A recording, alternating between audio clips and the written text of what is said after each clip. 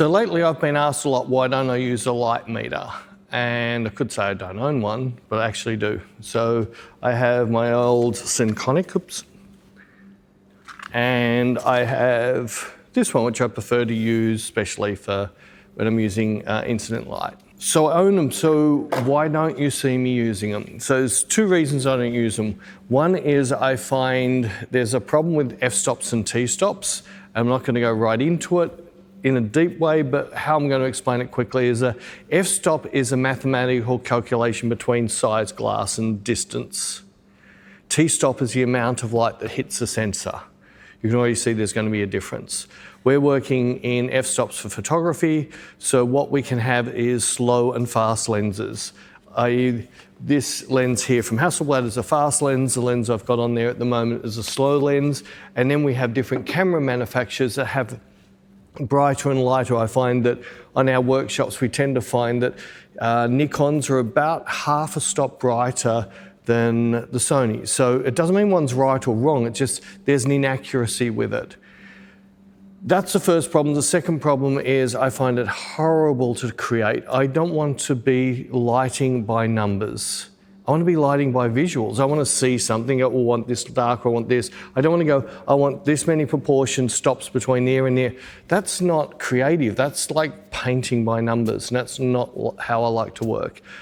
You're going to quickly see me set up an exposure using a light meter and then set up an exposure using my own way. And you'll see which one is more pleasing for both me and more efficient. So I'm going to start off. I have already turned my camera on. It is on ISO 100, 160th of a second at f8. So they're the settings I want on it. I've got this hooked up to the trigger, so when I fire this, it'll fire off the trigger. We've got a beauty dish with a grid. I'm going to guesstimate on my pack where to start, and I'm just going to come in and put this right equal with Anne's forehead and click.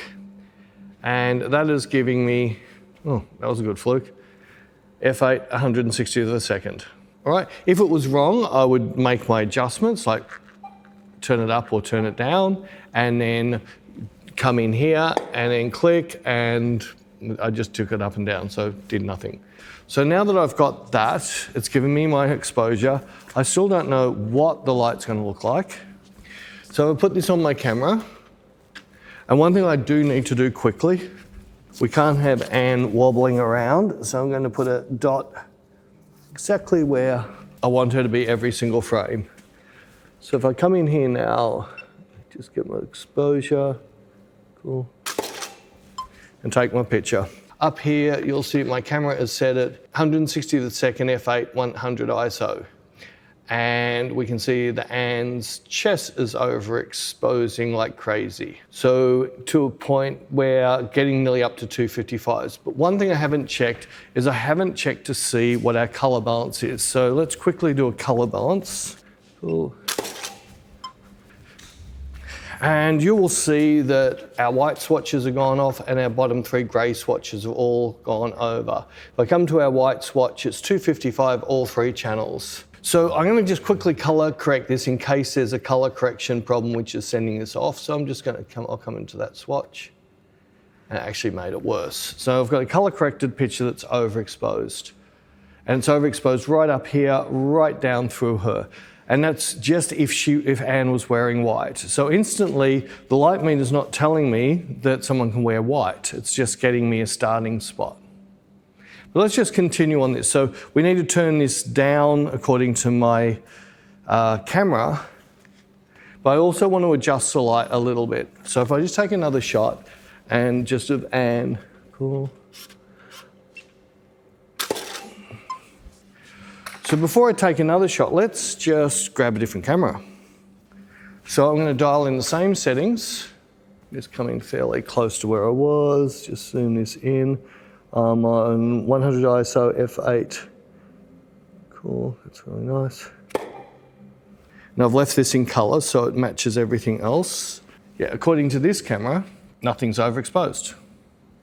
So just by having a different camera and different lens, we've got two completely different results. And this is one of the main reasons I don't use light meters. In fact, no, it's the second reason I don't. The main reason is it is so hard to create. So I'm going to show you, I'm going to try and create a nice light here. And what I'm going to do is I'm going to adjust the light to how my mind is saying. So I'm finding I want to adjust this light just up a little bit.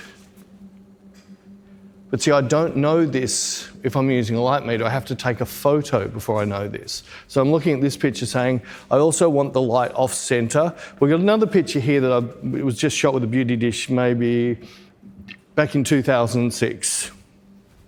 So I've used that as a reference. So I'm just going to come off center to the light a little bit.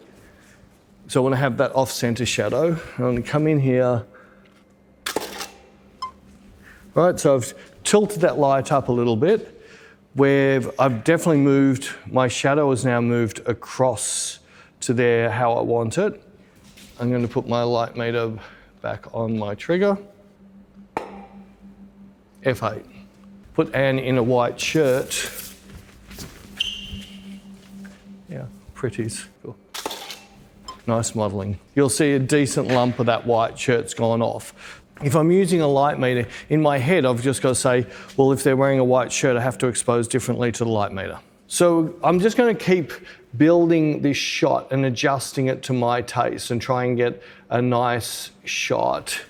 I'm going to tilt this light up. So I would normally tilt this light up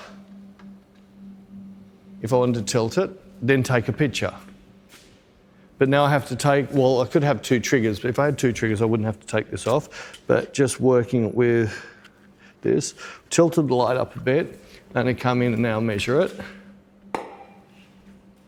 And it's gone up to F9.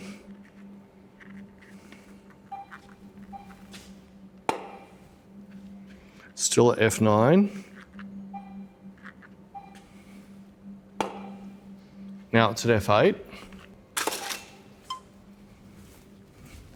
All right, so by tilting that light a bit, we've moved more light onto her face, less on her chest. We're now starting to get an exposure. Have you seen how many steps I've done to get this exposure? The next thing I could also do is come in and maybe I want to grab a little bit of fill on Anne. So now I've got to take that back off my camera again. It's gone up to F9 again.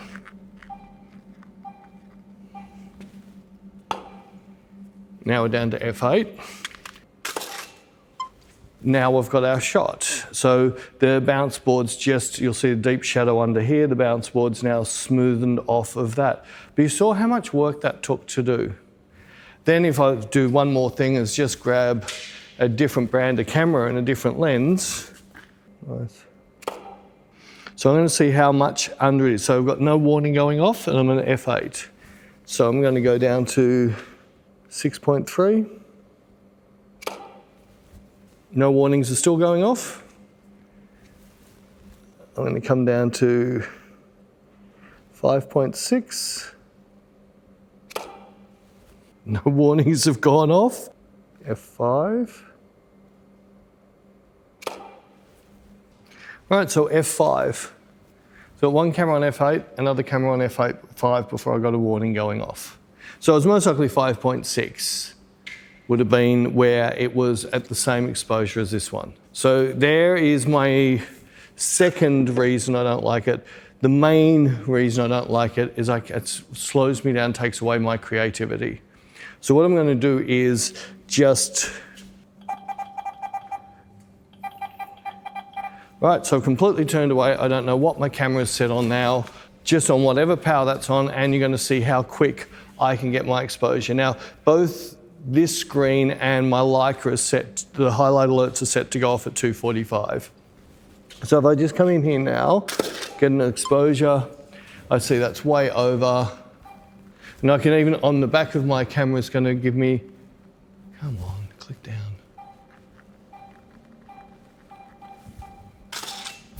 And I don't even have to look at this computer that's under now.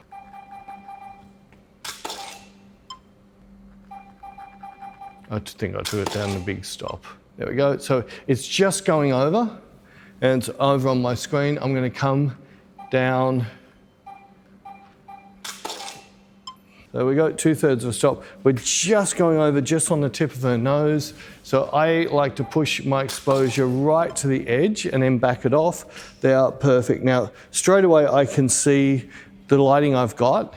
Now, in any of the other scenarios, I could have changed the light or brought something in as I'm shooting. So now, if I was to play a little bit, and let's change this light a little bit, because I'm finding just with my eyes, I'm feeling the chest area is too bright. I want to take a little bit of the power off on the chest. I can just come in here and go bang on that. See how the chest just got darker, and I can see that straight away. I can then fine tune exactly what I want and look on the back of the camera and make my decisions on that. So now looking at my screen, I'm finding I want the shadow a little bit closer under her chin. If I drop this closer to the camera by a little bit, but also want to turn the light's power up a little bit higher so the chest area gets a little bit even darker. Cool. And you can see I've turned the power of the light up more off her chest onto her face. I can see straight away. And now we've got our shot. And that's how I like to build lighting. Now, just so people don't just have a go at me because say the Leica is way too dark, if I just swap lenses on the Hasselblad, right, you'll see straight away. Now we're overexposed on Anne's forehead. So between two Hasselblad lenses at the same shutter, aperture and ISO, we got a different exposure at f8. I hope you can see why I like to work without a light meter. I prefer to use my eyes as a visual. I can be so much more creative, and I'm not painting by numbers. I'm actually painting by what I see in a soul. And good luck AI trying to copy my brain. If you like this, there'll be some more videos sitting up around my head now.